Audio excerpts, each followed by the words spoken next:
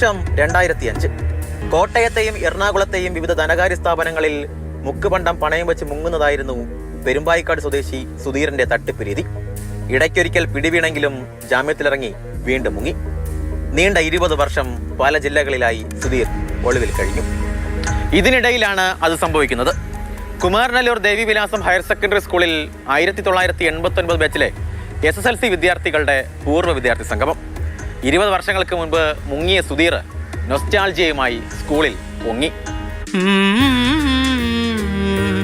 മുറ്റത്തെ ചക്കരമാവിൻ ചുവട്ടിൽ ഓർമ്മകളോടി കളിക്കുവാനെത്തുന്നു. മുറ്റത്തെ ചക്കരമാവിൻ ചുവട്ടിൽ, മുറ്റത്തെ ചക്കരമാവിൻ ചുവട്ടിൽ. തന്റെ ബാല്യകാല സുഹൃത്തുക്കളെയും കണ്ട് ഉച്ചയ്ക്ക് പായസവും കൂട്ടി സദ്യയും കഴിച്ച് മുങ്ങാനായിരുന്നു സുധീറിന്റെ പ്ലാൻ. എന്നാൽ വാകത്താനം പോലീസ് സുധീറിനെ അങ്ങ് പൂട്ടി. CPO പ്രീതിഷ് പ്രസാദ് സുധീറിനെ തിരിച്ചറിഞ്ഞു. കഴിഞ്ഞ ദിവസം അറസ്റ്റ് ചെയ്ത പ്രതിയെ ചങ്ങനാശ്ശേരി കോടതിയിൽ ഹാജരാക്കി. ഓരോ പൂർവ്വ വിദ്യാർത്ഥി സംഗമങ്ങളും ബാക്കി വെക്കുന്നത് മധുരമുള്ള കുറെ ഓർമ്മകളാണ്. എന്നാൽ സുധീറിന്റെ ഓർമ്മകൾ ഇനി ജയിലിലാണ്. കോട്ടയത്ത് നിന്ന് ജമൻ തേക്കടിക്കൊപ്പം ഷിനോജ് ടി, മാതൃഭൂമി ന്യൂസ്. ഷിനോജ് പറഞ്ഞ് അവസാനിപ്പിച്ചിടത്തു നിന്ന് തുടങ്ങുകയാണെങ്കിൽ ഓരോ റീയൂണിയനും നല്ല മധുരമുള്ള ഓർമ്മകളോട് കൂടിയായിരിക്കും അവസാനിക്കുന്നത്. പക്ഷെ ഇവിടെ ഈ പറഞ്ഞതുപോലെ സുധീർ പിടിയിലായപ്പോൾ ഒപ്പം ഉണ്ടായിരുന്നവർക്കും ഒക്കെ ഒരു അമ്പരപ്പും വിഷമവും ഒക്കെ ആയിട്ടുണ്ടായിരുന്ന ഒരു സാഹചര്യം തന്നെ ആയിരിക്കാം. കാരണം ഇത്രയും നാൾക്ക് ശേഷം റീയൂണിയനിൽ വരുമ്പോൾ അതിൽ കൂട്ടത്തിൽ ഒരാളെ പോലീസ് അറസ്റ്റ് ചെയ്തുകൊണ്ട് പോകുന്നത്. പക്ഷെ നോക്കൂ, 20 വർഷം കഴിഞ്ഞിട്ട് പിടികൂടുന്നു എന്ന് പറയുമ്പോൾ നിസ്സാര കാര്യവുമല്ല അല്ലേ? ഷിനോജ് എസ് ടി തന്നെ നമുക്കൊപ്പം കൂടുതൽ വിവരങ്ങളുമായി ചേർന്നുണ്ട്. ഷിനോജ്, 20 വർഷം അയാൾക്ക് പിന്നിൽ പോലീസ് ഉണ്ടായിരുന്നു എന്നതാണ്. ഇത്രയും നാള് എവിടെയോ ഒളിച്ചിരുന്നിട്ട് പിന്നീട് റീയൂണിയനിൽ ഓർമ്മകൾ അയവിറക്കാൻ നൊസ്റ്റാൾജിയയുമായി വന്നതാണ്. പോലീസ് പിടികൂടുകയും ചെയ്തു.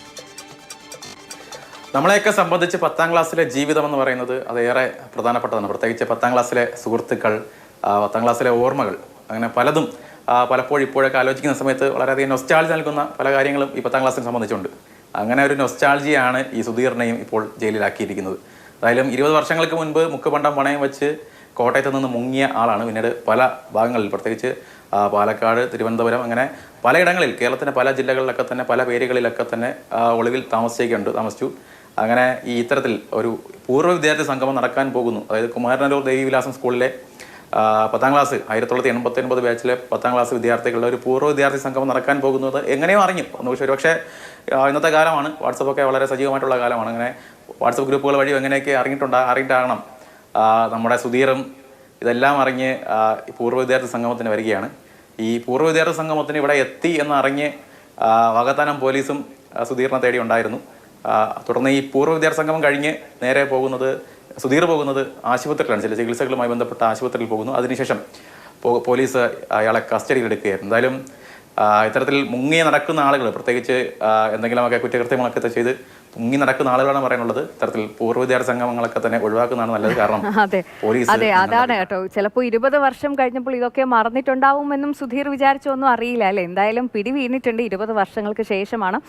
ഒരു കള്ളമല്ല കേട്ടോ ചെയ്തത്. പല സ്ഥലങ്ങളിൽ ഇതുപോലെ മുക്കുപണ്ടം പണയം വെച്ച് മുങ്ങിയ ആളാണ്. ഇടയ്ക്ക് ജാമ്യത്തിൽ ഇറങ്ങി മുങ്ങിയതാണ്. 20 കൊല്ലത്തിന് ശേഷം പോലീസിന്റെ വലയിലാവുകയായിരുന്നു സുധീർ.